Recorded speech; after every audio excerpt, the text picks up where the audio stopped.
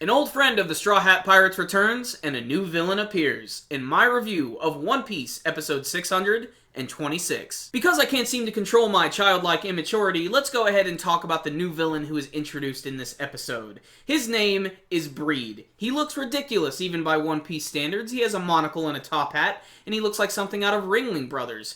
But it's his power, and in particular his devil fruit power, which make him hilarious. The power itself is pretty standard and pretty cool, but what it's called the Peto fruit. Not the Peto fruit like a pedophile, but Peto as in P-E-T-O. And it's actually like the pet fruit. He's able to create these weird slime collars that he can wrap around anybody, and he can control them at his will. And when you get to see how his powers work, it is pretty awesome. And when he's introduced in the episode, he sort of ambushes all of the Straw Hat Pirates at once, and he kidnaps Caesar, who is actually already kidnapped. And he has bigger plans for him. He actually wants to use his science so that he can rule the world. Yeah, you know, pretty typical villain stuff. One of the major positives, at least for me in this episode, is that even when compared to the last arc in the series, this episode had some action in it that was actually pretty well animated and pretty fun. In fact, there's a whole team-up session where Luffy, Law, and Chopper actually go off in this shark submarine and they chase after this guy who had just kidnapped Caesar Clown. And when they arrive, they're ambushed by all of these big monsters and creatures that have his slime collar around them. There are these like sea rabbits, which are actually based on the Lapons, which is from where Chopper is from. And the biggest surprise, though, is the return of the Kung Fu Dugong, who is a character who wasn't even seen since the Alabasta arc. And it's just good to see him again. And he's clearly gotten stronger. He can use Haki, which is pretty badass for a thing like that to do.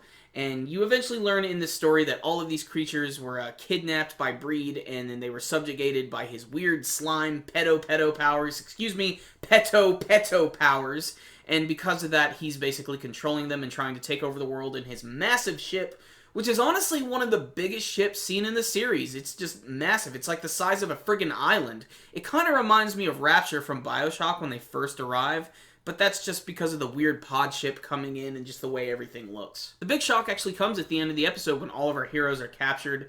It starts off with Chopper, who gets the weird collar placed around him, and he immediately starts to transform into the big monster form, and he starts attacking both Law and Luffy. And I hate how stupid Luffy is here. You know, I know he's not supposed to be the smartest character in the world, but he should have let Law cut him up a little bit. He wasn't going to kill him, he was just going to be able to incapacitate him.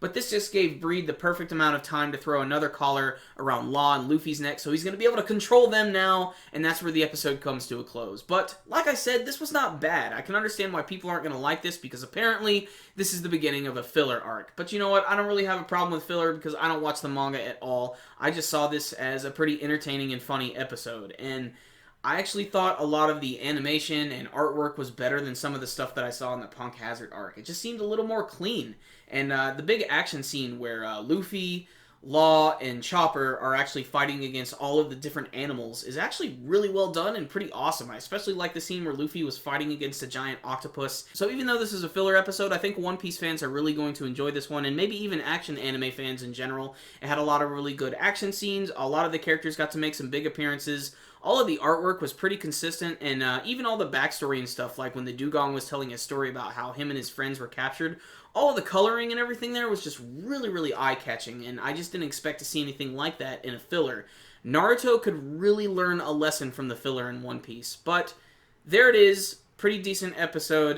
You know, I really don't have any complaints with this one. If I had one, it's maybe that they didn't need to focus too much on the Dugong flashbacks, which there really weren't even too many of them. So I'm just going to give this one a 9 out of 10. I know it's a filler, but it was still entertaining, so One Piece fans, check it out. You'll get a few laughs, and you might even see some cool action scenes. So I liked this episode of One Piece, but what about you guys? Did you love it? Did you hate it? Did you have any favorite moments? Any favorite character cameos?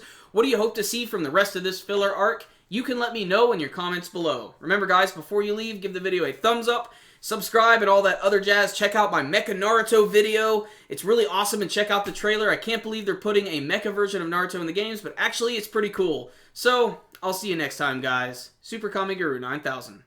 Out.